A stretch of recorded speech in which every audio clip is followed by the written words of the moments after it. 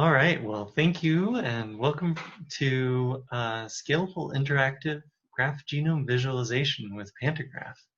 I'm really looking forward to presenting this work from a really terrific group of people. It was a group effort that we got done with in our quarantine time. We were tasked by the 1001 Genomes Project and the Max Planck Institute, among others, to really tackle some foundational problems in comparative genomics. And it really all comes down to alignments. So alignments are the basis for genome assemblies, finding transposable elements, looking at within species variations, which we have to align a bunch of different de novo genome assemblies, looking between species at conservation, phylogenetics, functional annotation. All of these rely on alignments.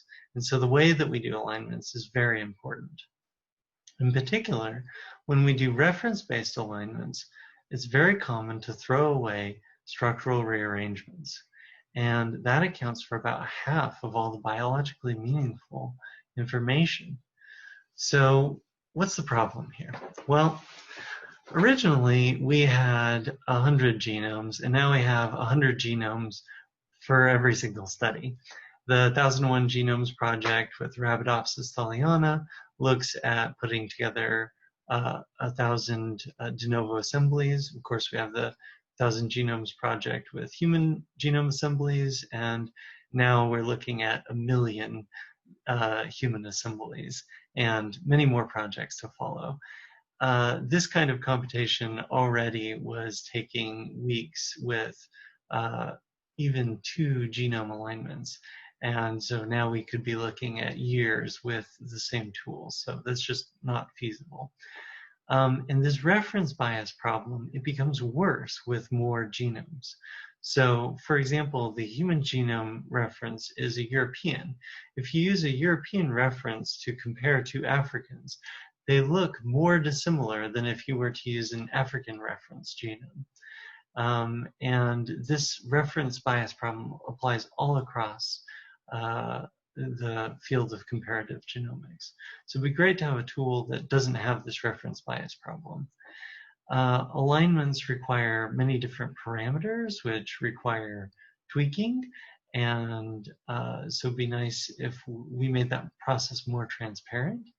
And we'd like a tool that allows us to summarize so we don't have information overload, to zoom out to chromosome levels and look at the big picture without getting drowned in detail.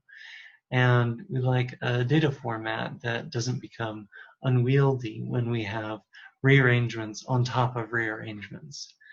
And because of all of these problems, currently we have many data analyses that are just throwing out structural rearrangements. So why does that matter? Well, researchers need better tools, and hopefully your research matters. Let's take the case of COVID-19.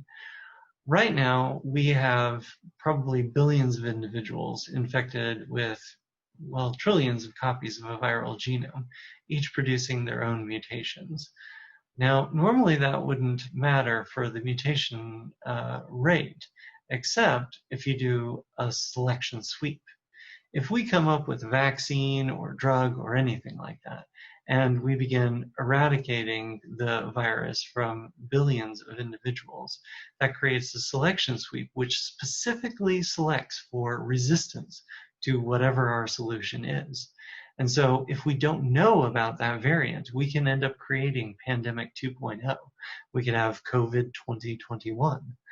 And so we would like to use Pantograph to help monitor for the existence of these other variants and to keep on top of that.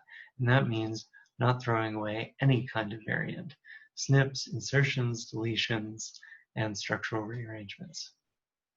So let's walk through a simple example.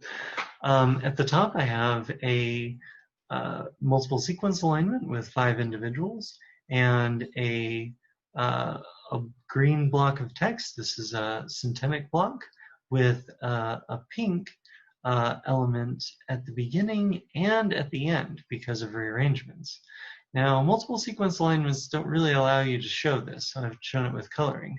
But if we go down here to our pangenome schematic, each row is still one individual. And if we start on this second row here, you see you read it off, TCCAA. And then when you hit this pink block, you follow the pink link over and down until you go and land on the second row again. And then you read GG. You skip this T because it's not present in this individual, and this T is present.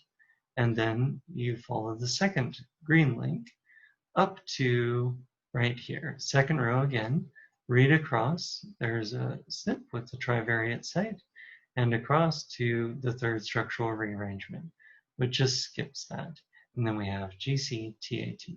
And you can see right up at the top, same sequence, but this allows you to show it in any order. And so you see the first and the third, they read straight across, left to right. And that's because with rearrangements, there's no single global sort order. So we need this sort of thing.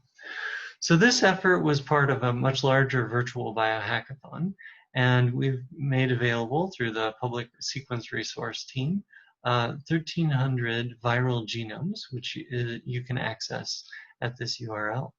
You can also access this through Sparkle queries, which can integrate with many different kinds of metadata and annotations so that you can ask more biologically meaningful questions like, are the active sites of a particular gene conserved? And we're hoping that this is meaningful. I encourage you to check out the talk and check out our live demo of the website. All right, thanks.